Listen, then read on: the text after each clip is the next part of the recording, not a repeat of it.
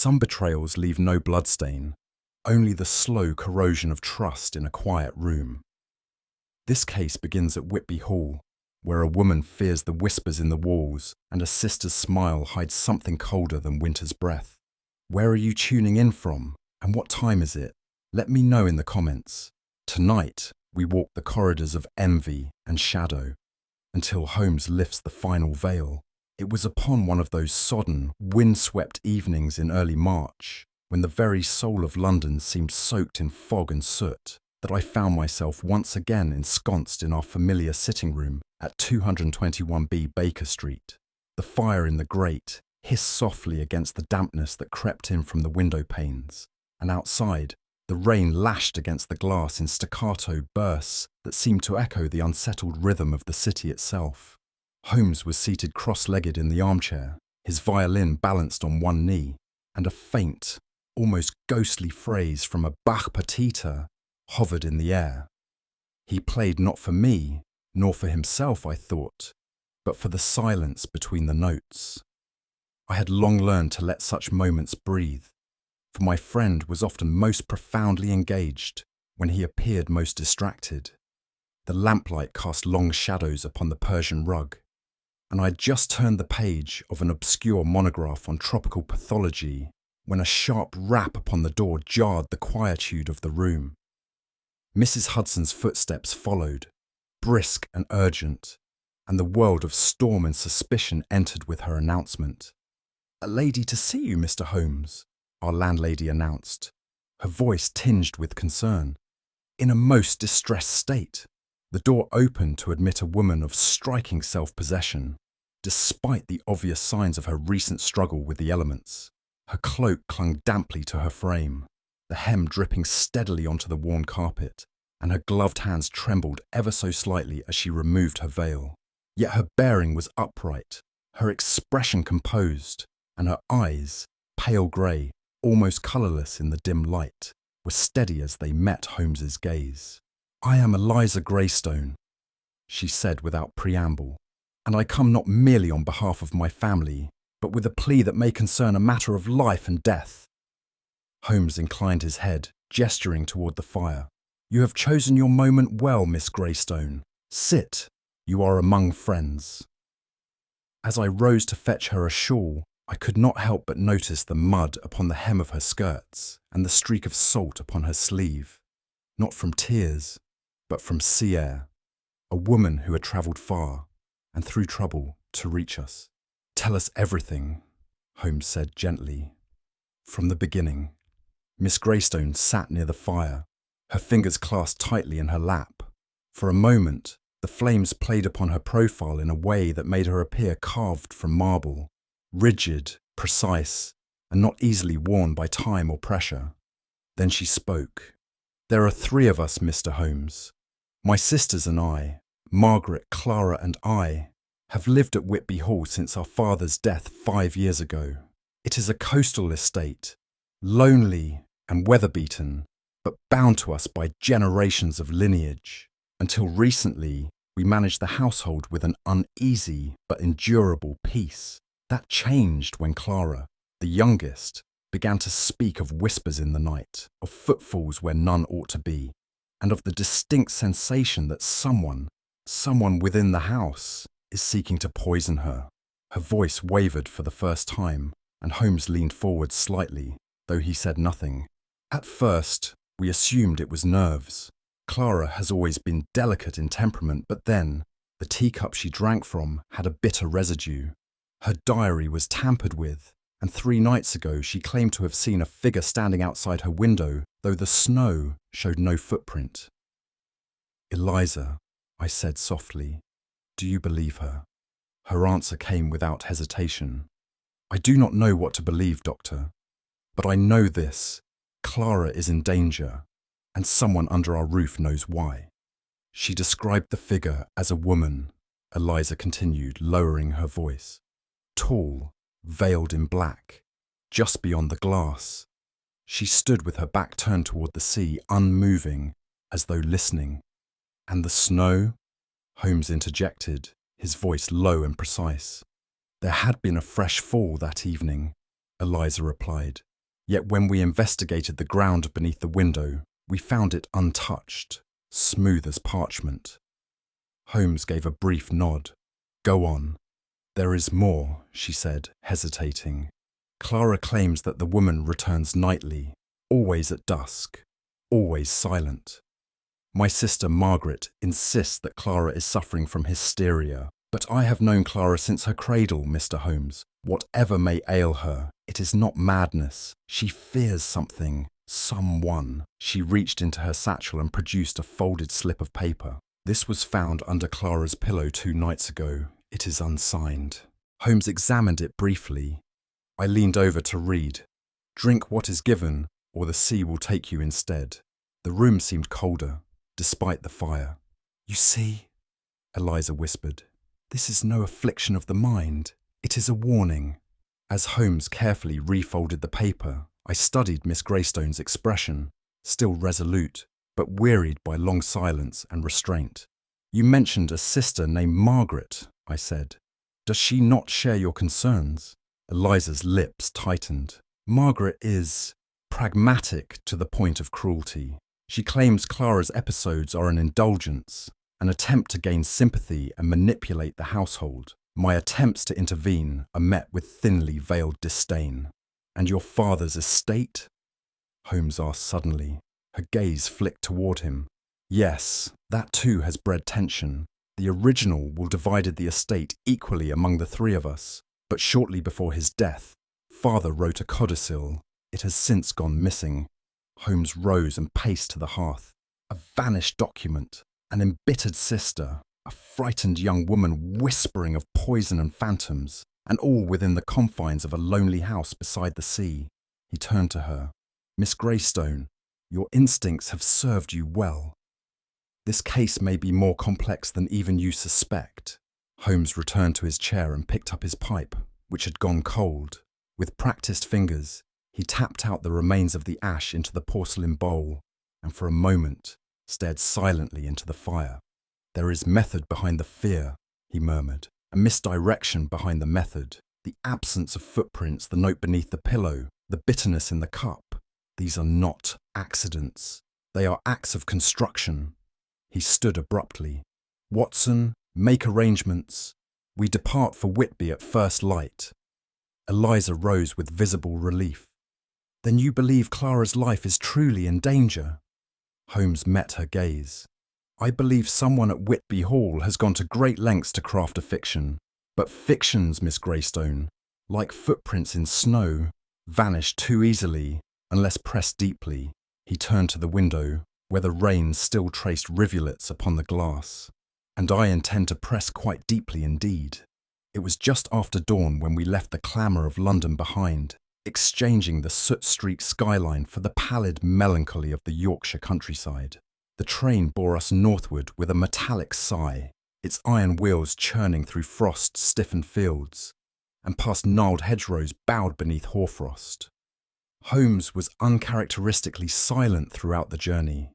He had brought no newspaper, made no observation, and allowed his pipe to grow cold beside him. Signs I had long since learned to interpret as the outward manifestations of an inward tempest of deduction. I confessed to being affected by the grimness of our destination. Whitby, though famed for its abbey ruins and sea-whipped cliffs, held for me a sombre quality, like a name spoken in a half-remembered dream. I had visited the town once in my youth, and the image of its crooked gravestones and wind-worn chapels had never entirely left me. The hall itself, as described by Miss Greystone, stood upon the cliff's edge, a place where memory and weather, grief and granite, were all worn into the same enduring stone. "You have formed an opinion already?" I ventured at last. Holmes turned to me. "Not an opinion, Watson, a framework. It is what is missing from this narrative that interests me most, and the sea, I suspect, has covered more than footprints." We arrived in Whitby under a sullen sky, the kind that presses against the soul with its weight. From the station, a hired carriage took us through narrow lanes slick with salt and rain. The scent of brine grew stronger with each mile, until, rounding a bleak headland, Whitby Hall loomed before us. It was a house more weathered than old, its stones flecked with lichen, its chimneys worn to stumps by years of gales. The great iron gate shrieked open on hinges that had forgotten gentleness, and the driver, without waiting for fare or farewell, turned his cart and vanished into the mist. The hall stood like a figure in mourning, tall, unmoving and grey. It bore no banners of welcome, no candle in the window. The wind moaned through its eaves and rattled against the high leaded panes. Inside, the stillness was not that of peace, but of listening. Holmes paused upon the threshold, removed his gloves, and pressed his fingertips briefly to the frame. "Stone retains secrets longer than flesh," he murmured, "and this house has much to say, if only one listens properly." We were ushered into the drawing room by a maid whose downcast eyes and tight lips bespoke a household accustomed to unease. The fire within the chamber burned low, as if uncertain of its welcome. There the three sisters received us, each cast from a different mould of womanhood, and yet bound by something invisible and tight as piano wire. Margaret Greystone stood first. Tall, fine-boned, and impeccably groomed, she offered her hand with the air of one who does so by duty rather than inclination. Her eyes were steel grey, her tone clipped.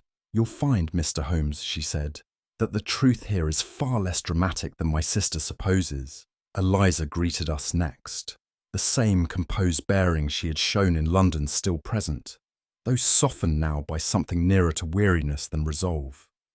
Finally, Clara entered, and I was struck by the difference between rumour and reality.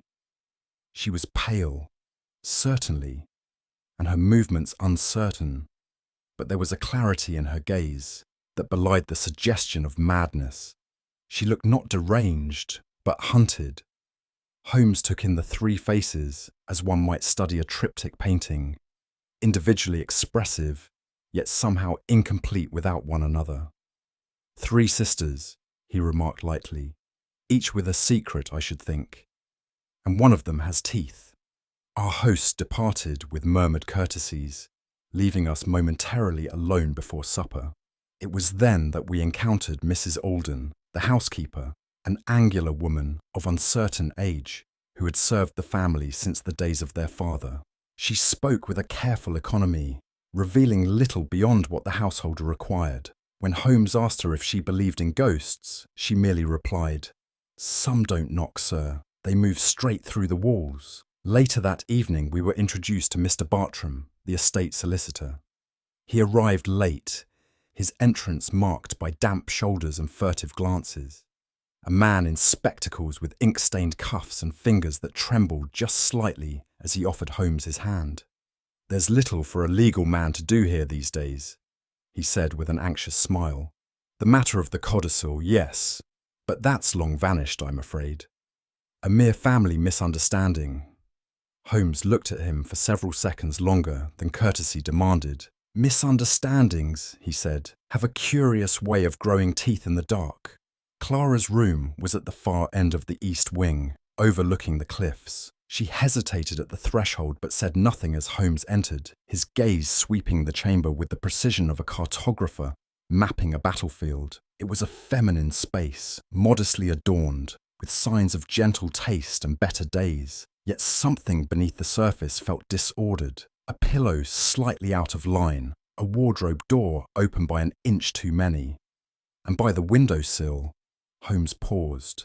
With a gloved hand, he lifted a thin, damp strand of something grey and fibrous. "Seaweed," he muttered, though not freshly blown in, placed. Clara, standing in the corner, gave a small gasp. "She watches from there," she whispered. "At dusk, always at dusk." Holmes turned to her, his expression unreadable.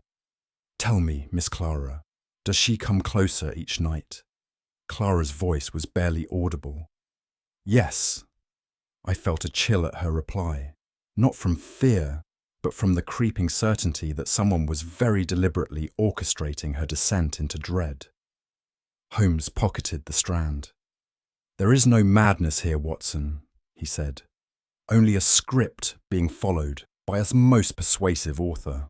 As we returned down the corridor, the wind outside rose in steady crescendo, its wail now indistinguishable from the house's groan. I glanced at Holmes, expecting some flourish of deduction, or perhaps a theory delivered with his usual biting clarity. Instead, he halted at the stairwell window and stared out toward the heaving sea. "Ghosts," he said almost to himself, "are never truly the concern, Watson. It is the living who imitate them that do the greatest harm." I said nothing. There was an undeniable sense that the house itself was listening, waiting, as if holding its breath before some great cry. Holmes turned.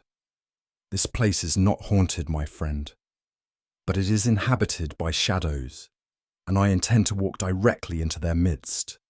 With that, he descended the stair, and I followed, unaware that our descent marked not the end of our day, but the beginning of something far more unsettling. Later that day, I found myself alone in the conservatory with Miss Margaret Greystone, who had excused herself from the morning's subdued household tea and was tending, with deliberate care, to a row of pale orchids wilting in the brine-swept air. I made a polite comment regarding the wind, but she replied only with a faint, disdainful smile. "My sister Clara has always possessed an imaginative disposition, Dr. Watson," she said, not turning her gaze from the flower she was pruning. "Since childhood, she has been given to fits of melancholia and vague fancies. It is most unfortunate that Eliza has chosen to indulge her. You believe her fears to be unfounded." "I believe," she said, snipping a brittle stem, "that Clara enjoys attention, and there is no swifter path to it than claiming oneself the victim of unseen torment." Her tone was even, her speech impeccably composed, and yet it stirred in me a curious unease. For all her rationality, there was a coldness beneath her civility that I could not reconcile with sisterly concern. Holmes had often said that it is not what a person says, but how they observe what they themselves omit that reveals them. And as Margaret Greystone spoke of Clara's affliction, she did so with the calm of one describing a bothersome servant, not a sister unravelling before her eyes. It was Holmes who later took Eliza aside under the pretence of examining the household's legal correspondence. I accompanied them only briefly, but I noted a subtle shift in her bearing the moment the conversation turned from Clara to matters of finance. "I understand," Holmes began, casually glancing over a ledger, "that the estate was to be divided equally among the three of you." "Yes," Eliza replied, folding her hands tightly in her lap. "That was my father's intent." "But the codicil was never found," she said quickly. "It was mentioned once, in a letter. Father died before it could be signed. Margaret believes it never existed. And you?" She hesitated, her fingers tightening further. "I believe he intended to favour Clara. She was his youngest, and perhaps his favourite." Holmes made no reply. He simply laid the ledger aside and regarded her with that quiet, penetrating look of his that had made barristers stammer and criminals confess. "You are afraid," he said softly. She looked away. "Not of ghosts," he added, "but of truths that leave marks." When we stepped out into the corridor, I turned to Holmes. "You do not believe she is hiding something?" "I believe," he said, "that she is hiding everything, including from herself." That evening, after supper, Holmes requested to see the family's solicitor, Mr. Bartram, once again. The man arrived with hesitant steps and a small satchel clutched like a shield to his chest. He seated himself opposite Holmes with a stiffness born not merely of discomfort, but of restraint.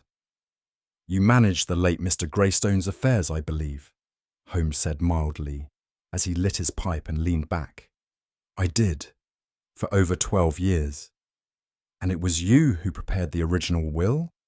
"Yes, it left the property in equal share to all 3 daughters. But there was mention of a codicil." Bartram shifted in his seat. "There was some discussion, yes. The late Mr. Greystone had expressed an intent to amend the terms. He wished to give Clara sole ownership of the hall, as she had chosen to remain unmarried and devoted herself to his care in his final illness. And the document? I never received it, sir. It was never delivered. If it was drafted, it disappeared before signature. Holmes's tone remained unchanged. Or perhaps it was signed and later removed. The solicitor blanched visibly. That is a grave accusation. Holmes smiled faintly. Grave truths leave grave shadows, Mr. Bartram. I do not accuse. I merely note. As we returned to our rooms that night, Holmes said quietly, "A will rewritten in ink, and again in fear. I would wager the codicil exists still, though not in any desk drawer." And the motive? Holmes's reply was scarcely more than a whisper. What is more dangerous than loss, Watson? The prospect of losing what one has already imagined belongs to them. Holmes expressed a wish to speak with Clara alone, but she insisted I remain. We found her seated in the morning room with a shawl drawn about her shoulders. Though the fire behind her burned well, she appeared thinner than when we had first arrived, hollow about the cheeks, her eyes wide as though they had seen something they could not yet name aloud. "I know what they say," she murmured. "Margaret calls it hysteria, and Eliza tries not to look afraid when I speak. But I am not mad, Dr. Watson. I wish I were. Madness has its own peace." Holmes said nothing, only observed her with that precise stillness of his. "There are things I forget," Clara continued, lowering her voice. "Pages in my diary I do not remember writing, cups left on my nightstand that I do not recall lifting to my lips. And always the sound, faint at first, now louder. Whispers in the corridor after midnight. They say my mind is turning, but it is the house that shifts around me." She leaned forward, her hands trembling. "It is as if I walk through mirrors, Mr. Holmes, and behind the glass, someone waits." I felt a chill that had little to do with the weather. Holmes only nodded gravely and asked to be shown her writing desk. Clara led us to a small chamber adjacent to her bedroom. It held a modest writing desk, tidy and unassuming, yet Holmes studied it as one might a battlefield. He withdrew a magnifying lens and examined the surface with almost reverent care. "This bottle," he said at last, indicating the glass inkwell, "was dropped at some point and imperfectly resealed. See here, the fine crack running beneath the neck, and the residue beneath. It was upturned, wiped, and replaced. But not by your hand, Miss Clara." Clara looked bewildered. "No, I have not moved it in weeks." Holmes's eyes moved to the chair. "The scuff marks on the floor, too uniform. Someone sat here recently, not merely to write, but to write as you." He opened the top drawer and withdrew a page torn from a diary. It bore an entry in Clara's hand, or so it seemed, but he compared it swiftly to a letter she had written earlier that morning, and the difference in pressure and slant became apparent.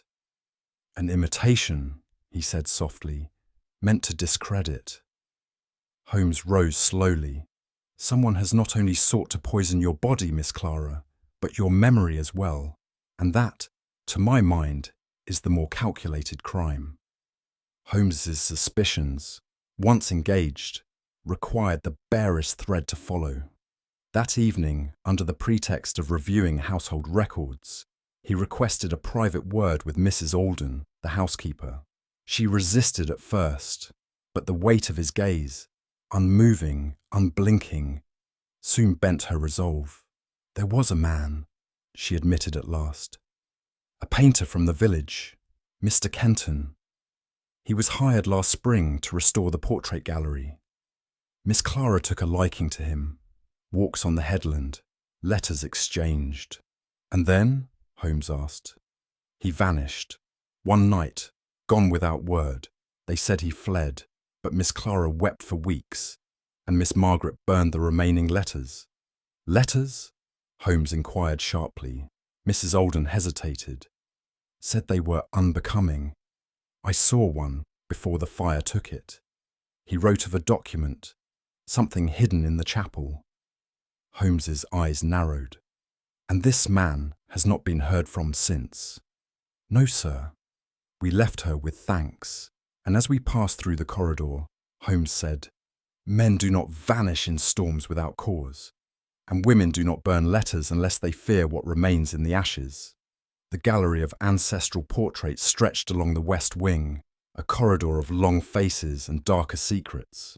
Holmes moved slowly, studying each canvas with deliberate care, until, at last, he paused before a velvet curtain drawn across a narrow recess.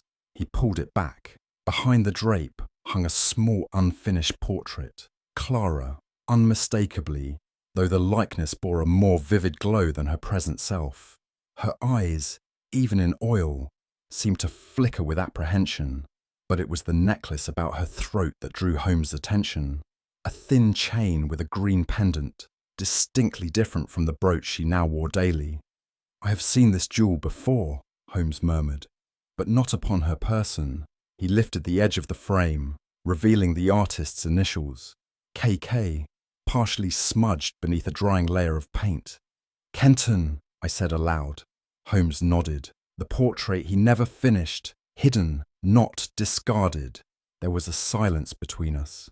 "In art," he continued, "truth is often preserved long after the painter himself has vanished. And this truth, Watson, has teeth."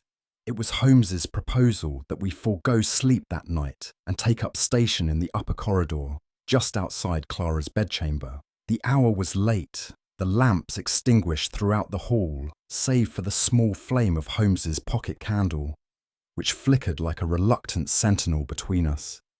The household had retired, and the vast wind-battered edifice fell into a silence so complete that even the occasional crack of timber seemed a betrayal of nature. We had concealed ourselves behind a large cabinet along the corridor wall, the angle affording us both concealment and an unbroken line of sight to Clara's door. Holmes crouched beside me, eyes half closed, yet alert as a coiled wire. I could not help but marvel at the intensity with which he surrendered himself to stillness, while my own mind wandered anxiously among doubts and half-shaped theories. From time to time I glanced toward him, but he remained unmoving. Only his fingers, which tapped lightly against his knee, betrayed the tension beneath his composure. Outside, the wind had picked up, rattling the leaded panes like skeletal fingers upon a coffin lid. The hour passed slowly, and yet, as the grandfather clock below struck 2, I sensed before I saw that Holmes had gone utterly still. We were no longer alone in the corridor. At first, there was only the faintest suggestion of motion, a shadow where there ought to have been none, a ripple in the steady gloom. Then, sound, a whisper of fabric brushing the wainscoting, deliberate and slow, as though the intruder moved not with haste, but with purpose. The shadow glided past the faint light spilling beneath Clara's door, pausing there. I tensed, and Holmes, with the barest nod, released my sleeve. I sprang from our hiding place and gave chase. What I beheld in that brief flash, the tall, cloaked figure disappearing down the far staircase, was so fleeting and so utterly devoid of human expression that it chilled me more than any ghost tale could have. I descended the steps in haste, but by the time I reached the lower hall, the corridor was empty. I opened doors, checked latches, called once into the darkness. Nothing. Holmes joined me moments later, calm and unsurprised. "They are clever," he said, "and familiar with the geography of this place. No sound, no trace." "On the contrary," he interrupted, "there will be traces, but not of the sort that announce themselves. Come, Watson. Our quarry is not supernatural, merely methodical." And without another word, he turned and made for the back entrance, where the cliffs lay beyond.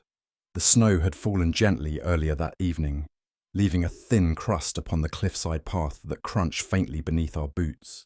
Holmes led the way with that eerie confidence I had long ceased to question. The wind sliced through the hedgerows in hissing gusts, but he paid it no heed. "Observe," he said, halting near a juniper bush that clung to the stone wall. He crouched and pointed. "There, A shallow depression in the snow, circular, perhaps 3 inches wide. I looked closely. It was indeed there, half covered by drift. A footprint.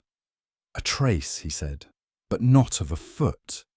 With his cane he gently prodded the snow, revealing a thin, metallic loop, partially embedded in the earth. A wire, I said, but what purpose? He did not answer, merely followed its path with a gloved hand. The loop extended beneath the snow and curved round to a knot of ivy just beneath the window that faced Clara's bedchamber.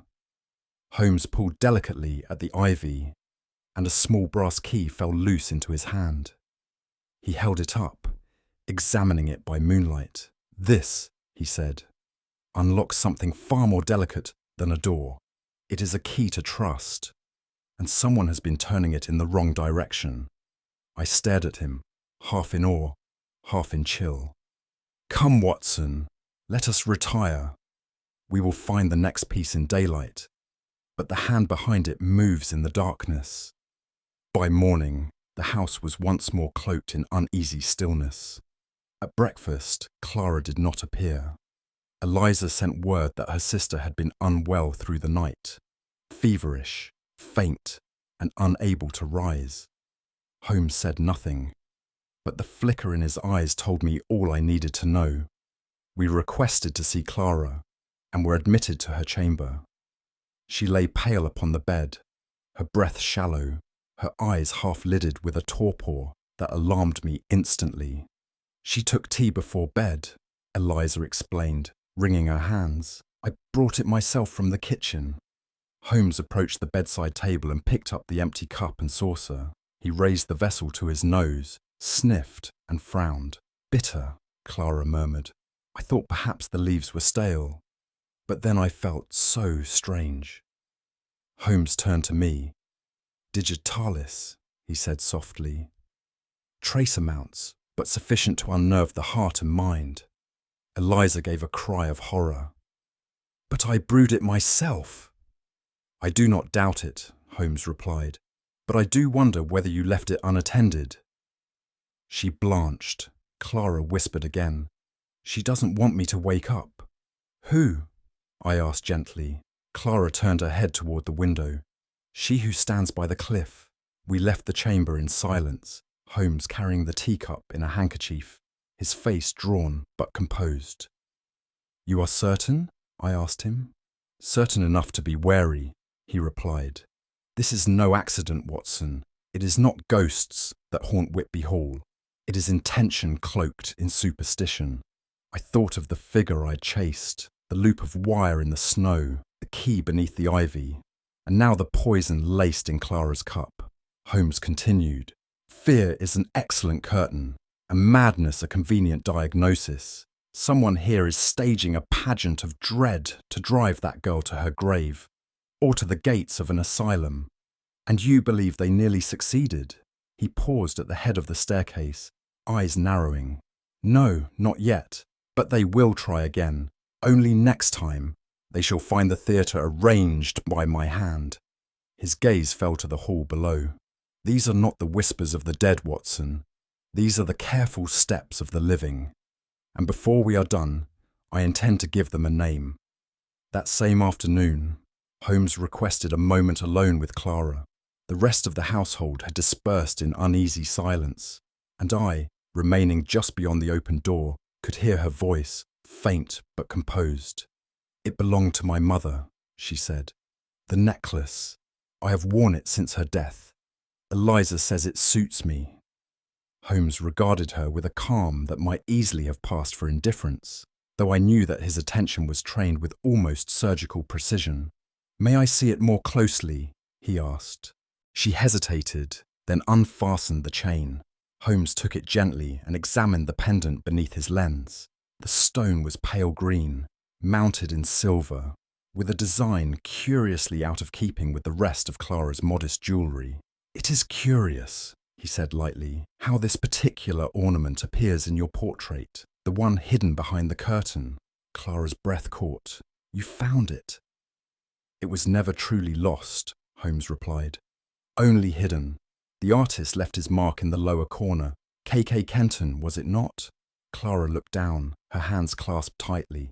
We were fond of one another. Margaret disapproved. She said he was after the inheritance. And was he? No, he was kind, gentle. He said he had seen things in the hall he could not forget. Then he vanished. Holmes handed the necklace back to her with a gentleness that surprised even me. Truth, he said, can vanish too, when fear is permitted to wear its clothes. We returned to our rooms, where Holmes at once took up his small field kit and began to test the residue from Clara's teacup with methodical care. He laid out a small series of reagents, murmuring the occasional observation to himself as colours shifted and sediments appeared under the drop of a pipette. After several minutes he spoke. Digitalis purpurea, foxglove. Not an uncommon compound, Watson, but administered in secrecy. Its effects are insidious. Palpitations, dizziness, hallucinations. A most elegant way to imitate madness. Then she was indeed poisoned? Yes, but not fatally. The dose was meant to discredit her, not to destroy her. At least, not yet. He held the cup to the light. And what is more remarkable is not merely what is present, but what is absent. I frowned. You mean? He turned toward me. There are no fingerprints on the handle. None whatsoever, which tells me that the poisoner handled it with gloves or wiped it clean after serving. But who among them would think to erase such a trace? It was Eliza who brought the tea, which makes her either careless or complicit. Either will prove useful. He paused, then added grimly, someone in this house knows the exact beat of Clara's heart and means to silence it to a whisper. That evening, under cover of idle conversation, Holmes requested Mrs. Alden's presence in the parlour. The housekeeper arrived, as always, upright and composed, her mourning garments a permanent fixture, her hands folded over one another like a ledger too long closed. Mrs. Alden, Holmes began, you served the late Mrs. Greystone? For 23 years, sir. And her passing, was it expected? She hesitated, and it was in that breath that I sensed Holmes's net drawing taut. She had a weak constitution. The doctors called it a wasting condition. Brought on by what? They could not agree. She complained of nausea, fatigue, said her chest felt fluttery, like wings behind the ribs. Was she ever given foxglove? She blinked once. A tonic, yes. From the village physician. It was bitter. She said it reminded her of her childhood, but she took it every morning. Holmes nodded slowly. And who prepared the dose? There was a pause. I did, she said at last. As I was told. By whom? Her mouth pressed thin. Miss Margaret, sir. She said her mother preferred it that way. Holmes offered no remark, only thanked her. But once she had gone, he turned to me. Twice in this house, bitterness has been masked as medicine, Watson, and in both cases, it was administered by those who claimed to love. It was nearly midnight when Holmes beckoned me to the drawing room with an energy I'd come to associate with imminent discovery. He held no lamp, only a candle in one hand and a small flat-headed tool in the other. There is a fourth panel in this room, he said, which does not sound like its neighbours. I stared at the walnut panelling. A concealed door. Indeed, he said, tapping lightly until a hollow tone rang out beneath the cornice. Older houses conceal older sins, Watson, and older passages too. With gentle pressure and a slight twist, the panel yielded. A narrow doorway stood revealed, its hinges muffled by decades of dust. Beyond it, a staircase descended into darkness. We entered cautiously. The air was thick with neglect and mildew, and each step stirred the past. Holmes moved without hesitation, guiding us downward by candlelight. After some 20 paces, the stairway opened into a cramped passage, the stone walls sweating with coastal damp. It was Kenton, Holmes murmured. Who discovered this? I believe he followed the same route. And if he was caught, then his sketch was not the only thing buried. A few yards farther and Holmes stopped. To our right, a low wooden door lay half concealed behind a drape of cobwebs and soot. He pressed against it. It gave way with a reluctant groan. "Behind this," he said quietly, "we will not find ghosts, Watson. We shall find proof." The room into which we stepped was scarcely more than a stone alcove, barely high enough for a man to stand upright. Yet within it lay the full measure of the mystery's weight. Holmes moved with reverence, brushing aside dust with the sleeve of his coat. His candle flickered against the rough masonry as he reached down and withdrew a leather-bound journal, its corners chewed by damp but the spine intact. "Kenton's hand," he said, flipping through the pages. "Here, sketches of the house, the sisters, and notes. See this. M observed me by the chapel, must hide the codicil elsewhere." He glanced at me. He knew what he had found, and whom it endangered. Beside the journal lay a slender green glass bottle, its stopper sealed and half-filled with a familiar amber liquid. "Digitalis," Holmes confirmed. "And not the diluted form prescribed in medicine. This is concentrated, potent." He lifted a final object from the corner, a singed piece of parchment, the ink still legible in places despite the charred edge. "It is the codicil," I breathed. "Yes," he said, "and not entirely destroyed, only enough to render it contested. Eliza's instincts were correct. Their father meant for Clara to inherit everything." "And Kenton," I asked, "was he silenced for knowing this?" "Almost certainly." Holmes replaced the bottle in his pocket and turned toward the stair. "We have now the means, the motive, and the mechanism. What remains, Watson, is only the name." Back in the drawing room, Holmes placed the journal, the codicil, and the bottle of digitalis upon the table with the precision of a man arranging chess pieces. "Tomorrow," he said, "we shall lay the final stone, the one they will trip upon." "Whom do you suspect?" I asked. "I suspect all of them," he said simply, "but only one has had both the motive and the cruelty to strike twice and remain unseen." He sat by the fire and lit his pipe, his eyes fixed upon the flames. "It is time, Watson, to stage our own illusion. Let them believe the poison has taken hold. Let them move again. And this time, they shall not vanish like a shadow at dusk." The wind howled beyond the walls of Whitby Hall, and the fire crackled as though in grim agreement. I watched him in silence. There was a quality in Holmes at such moments, calm but sharpened, like a blade hidden within silk. I knew he would wait with perfect stillness until the web closed upon the spider. And as the storm gathered beyond the cliffside windows, it seemed the house itself leaned forward to listen. There was something uncanny in the hush that settled over Whitby Hall as dusk drew its veil over the sea. The air grew still, not with peace, but with anticipation, as though the very walls held their breath, waiting for an act long rehearsed and never performed. Holmes had spoken quietly with Clara that afternoon. She was to carry on as she always did, retiring early, taking her tea by the window and lighting the single candle she favoured. She did not ask questions. She simply nodded, her eyes dry and shining with the resolve of one who had grown tired of fear. As the hour approached, Holmes and I took up our position in the corridor, though not where we had watched before. This time, we concealed ourselves within the very structure of the house, behind a panelled archway that afforded both concealment and advantage. Holmes was motionless, his breath even, his gaze fixed with uncanny intensity on the narrow shaft of light beneath Clara's door. I felt my own pulse quicken, though whether from anticipation or dread, I could not say. Then, precisely as the clock struck 9, a figure detached itself from the shadows of the hallway and moved silently toward Clara's door. In one hand, it carried a teacup. In the other, a gloved key. Holmes did not wait for her to turn the handle. He stepped from the panel as if conjured by thought alone.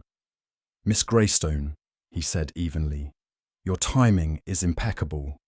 For the briefest moment, the figure stood paralyzed, caught in that eerie space between concealment and consequence. Then, slowly, deliberately, she turned to face us. It was Margaret. Her face, usually composed to the point of severity, was now twisted in something not quite rage and not yet fear. She did not speak at first, but set the teacup down on the nearby table with quiet precision, as if resentful of having been made to break the rhythm of her routine. "You presume much, Mr. Holmes," she said at last. "Perhaps," Holmes replied mildly, "though it would appear you have brought the proof to me, rather than the other way around. I merely sought to offer Clara some comfort. She has been unwell." "She has been poisoned," Holmes corrected her. "Subtly, incrementally, and always by someone who had access to both her room and her confidence." Margaret's eyes narrowed. "She is hysterical. You've no idea what she's capable of." Holmes stepped closer. "No, Miss Greystone. I know precisely what she is capable of. It is what you are capable of that concerns me." A sound behind us startled the air. Eliza, white as bone, had emerged from the staircase. Her eyes met Margaret's.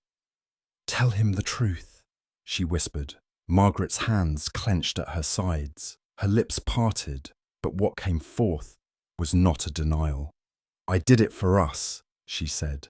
She would have ruined everything. The confession, if such it could be called, came not with remorse, but with the release of long-held resentment. "She beguiled him," Margaret said coldly. "Kenton, that painter, he came to restore the portraits and left thinking he could rewrite our father's will. But Clara charmed him, flattered him, led him on like a siren on the rocks." "She loved him," Eliza said faintly. "She used him," Margaret snapped, "and he was foolish enough to believe he could best me. He spoke of equality, of fairness, of giving everything to the girl who cried at supper and slept until noon." She turned to Holmes. "He found the codicil, or so he claimed. Said he'd seen where it had been hidden, and then one night he simply vanished. You say I am the architect of poison, but he was poisoning us long before." "You silenced him," Holmes said quietly. "He was going to destroy everything our family had built." Eliza stepped forward. "You destroyed it yourself, Margaret." There was a pause, the weight of memory pressing down upon all of us. "And Mother?" I asked, my voice low. Margaret's chin rose. "She was dying already. I merely hastened what was inevitable. She wanted Clara to have everything. I heard her say so in the sick room. She would have undone us even from her deathbed." There was no triumph in her voice, only exhaustion. Holmes's face remained impassive. "And so you burned the codicil, but not well enough. You erased entries in Clara's diary, but not convincingly. And you played the part of reason while quietly turning sister against sister." Margaret said nothing. She merely reached for the windowsill and stared toward the cliffs. "I must congratulate you, Miss Greystone," Holmes said. "You played your part with admirable subtlety, never the hysteric, never the martyr. The stable one, the reasonable one. And yet, behind every phantom in this house, your hand has moved." Margaret turned, but said nothing. "You tampered with Clara's diary." "Holmes," I said, "how did you know?" "She made two mistakes," Holmes replied. "First, the ink used in the forged entries had not faded as the surrounding ones had, proof of their recent origin. Second, the phrasing of the entries bore Margaret's own linguistic habits, her clip precision, her aversion to metaphor." He turned to her. "You left seaweed beneath Clara's pillow, plucked, I believe, from the path near the old chapel, and placed a loop of wire in the snow, not for any purpose, but to unsettle. You forged madness with the meticulousness of a scribe." Margaret's shoulders slumped ever so slightly. "And Kenton," Holmes continued, "was buried behind the chapel wall. You feared he would reveal the codicil and your mother's intent. You used digitalis, first on your mother, then on Clara. The same bitterness masked in tea, decade to decade. You cannot prove that, she said weakly. I already have. He produced the bottle, the journal, and the partially burned codicil, all laid bare upon the drawing-room table. Holmes stepped back. Justice, he said softly, need not raise its voice, only its evidence. Margaret's gaze flickered toward her sisters. Eliza wept silently. Clara trembled where she stood, not from fear, but from the slow, creeping vindication of the truth. Margaret made no protest. Only a single word escaped her lips, whispered, yet heavy with decades of pain. Unfair. Before we could speak again, Margaret bolted from the room and fled down the corridor. Holmes moved swiftly, but did not shout. I followed in his wake, Eliza and Clara not far behind. Through the rear doors and out onto the cliff path she ran, her figure a dark blur against the rising gale. The wind roared in protest as she reached the edge, standing where land surrendered to sea. Margaret! Eliza cried. Don't! But the eldest Greystone did not leap. She turned to face us, hair whipping, mouth parted, not in rage, but in sorrow. All my life, she said, I did everything right, and still, I was never loved as she was. It was Clara who stepped forward then, not Holmes, not I, and spoke just one word. Come. And Margaret, after a long pause, did. Holmes offered no comment as we returned to the hall. He merely glanced once toward the sea and said, The wind never forgets, Watson, but sometimes it forgives. The drawing room had taken on the atmosphere of a tribunal. Holmes stood beside the hearth, one arm resting lightly on the mantel, the other gesturing now and again with quiet emphasis. Margaret sat rigid in a nearby chair, her hands clasped so tightly in her lap that the knuckles blanched. Eliza and Clara stood behind her, silent, pale. I sat to one side, my pen paused upon the page, scarcely able to transcribe what was being said. Holmes began without flourish. What began as resentment evolved into calculation. The first target was not Clara, but your mother. Margaret stiffened, but did not reply. The symptoms of her illness, faintness, hallucinations, irregular pulse, matched precisely the effects of sustained doses of digitalis. The compound was prepared not by a physician, but by your own hand, masked as a tonic. She was dying already, Margaret whispered. I spared her the lingering end. No, Holmes replied sharply. You silenced her, because she intended to grant the estate to Clara, and you knew it. He stepped toward the table where the evidence lay. Kenton's journal, the cracked ink bottle, the bottle of poison, the half-burned codicil. The painter, Mr. Kenton, discovered the truth. He located the document, saw the shift in your mother's will, and confided in Clara. You followed him, traced him to the chapel wall, and saw to it that he would not speak again. A gasp escaped Clara's lips. Margaret's gaze did not waver. You used fear as your scalpel, Holmes continued. You mimicked madness, altered diary entries, planted seaweed and wire, wrote anonymous notes, all to drive Clara from reason and claim her inheritance by default. Margaret closed her eyes. You were meticulous, Holmes finished, but you overlooked one thing.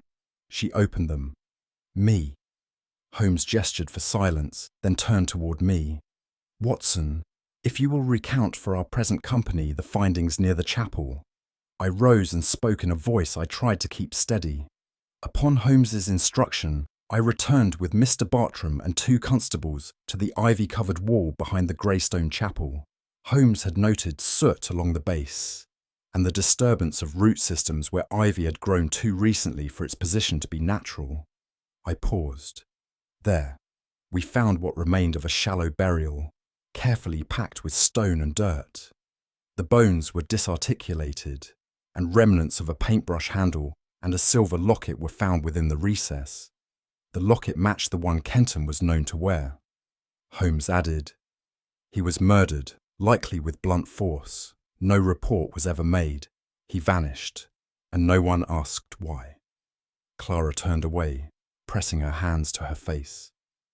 Margaret's expression remained unchanged, though a muscle flickered near her jaw. "Guilt is a great silencer," Holmes said, "but it also shapes the world around it."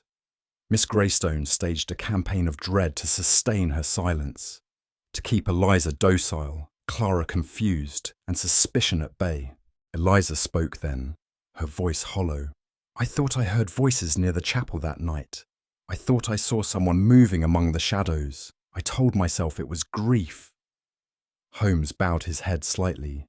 "You were closer to the truth than you dared admit." A long pause followed. Margaret did not deny a single word. After the constables had taken Margaret into their custody, a quiet settled over the hall that no storm could match. Clara remained seated in the drawing room, her head bowed, one hand loosely gripping the armrest. Eliza stood near the window, her eyes turned out to sea. Holmes and I lingered only a while, yet in that time I observed a stillness in Clara that moved me deeply, not the stillness of tranquility, but of exhaustion. It was the hush left behind by too many questions answered at once. "She wasn't always like this," Clara murmured at last. "Margaret. When we were children, she protected me. After our mother died, something hardened." "She believed herself unloved," Holmes replied gently. "I did love her," Clara said, her voice breaking. "And now I've lost her twice." Holmes made no reply. He stood by the hearth, one hand resting on the mantelpiece as though weighing the weight of truth itself. Eliza stepped forward and knelt beside her sister. The two women sat in silence, their hands intertwined, a space once haunted by whispers, now occupied by something heavier, grief. We took our leave in respectful quiet. Outside the wind had softened, but even I, seasoned as I was by 100 investigations, could not shake the feeling that the real tragedy at Whitby Hall had not been the death of a man or the forging of a document, but the slow, deliberate undoing of love in a house where love had once lived. It was not until Margaret had been taken away and the house once more cloaked in uneasy quiet that Eliza came to us in the lower parlour, her demeanour pale and drawn, but composed in a way that Clara, in her grief, could not yet manage. "I feel I must say something, Dr. Watson," she murmured, "even if it damns me." Holmes inclined his head, his gaze fixed not upon her face, but upon the half-empty cup of tea resting on the sill behind her. "I suspected her," Eliza confessed at last. "Not from the beginning, but over time, little things. A door unlatched that should have been locked, whispers outside my room, her insistence that I take sleep draughts when I had no need of them." She drew a trembling breath. "There were moments, brief, flickering ones, when I saw something cold in her, but I loved her still. We shared a cradle, Mr. Holmes. We mourned the same mother. I thought, if I did not name it aloud, it might dissolve on its own." Holmes's expression did not alter, yet I felt the atmosphere shift with the weight of what she had spoken. "There is no shame in hesitation, Miss Eliza," I said gently, "only in indifference."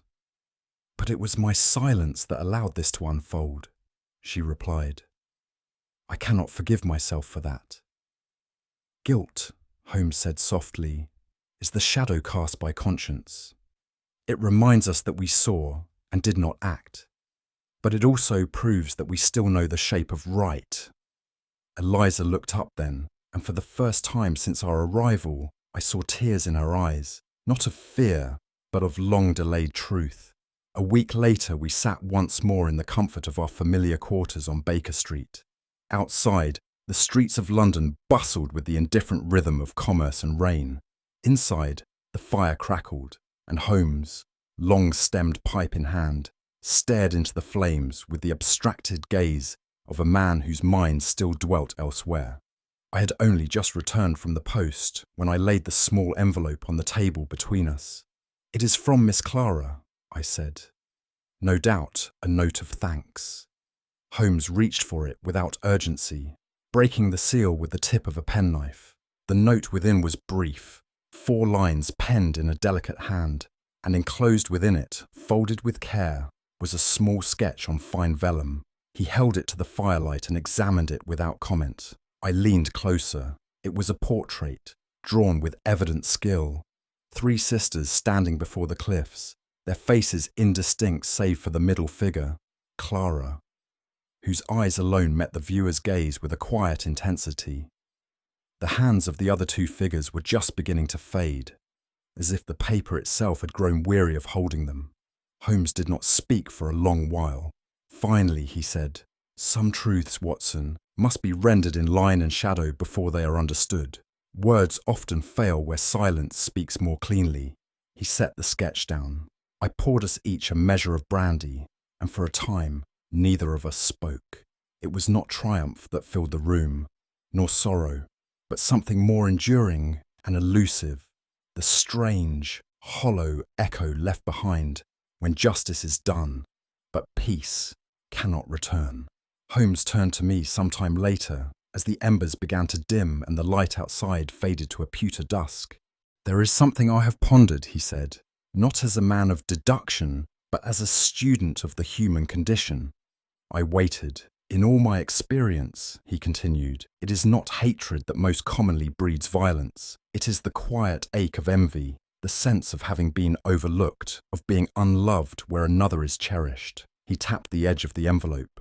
"Margaret's crime was not born in a moment. It gestated in silence, in the long, invisible spaces between glances, in the casual cruelties of childhood, in the absence of a word that might have saved her."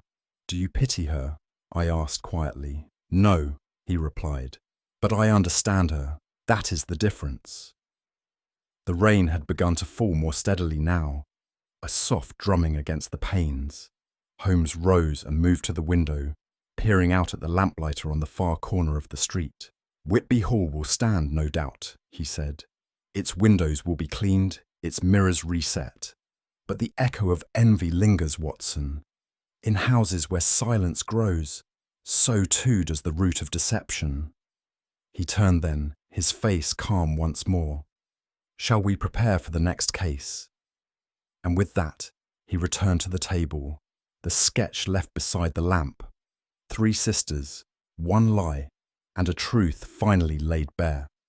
As we sat once more in the familiar lamplight of Baker Street, the storm of Whitby Hall long behind us, Holmes regarded Clara's delicate sketch with a distant gaze. "A curious thing, Watson," he murmured, "how envy rarely strikes with open fury. It festers in teacups, in diary margins, in small silent choices, until truth itself is bruised beyond recognition." He turned the drawing slightly toward the firelight, and in the end, it was not hatred, but a craving to be seen that brought Margaret's ruin. Even poison, you see, can be brewed from longing. What do you believe was Margaret's gravest misstep? Her forged words, her secret passage, or the moment she underestimated Holmes? Tell us your thoughts in the comments, and if this mystery stirred your mind, do share it with a friend who loves a twist in the firelight. Subscribe for more tales from the casebook, and until next time, may all your shadows speak plainly.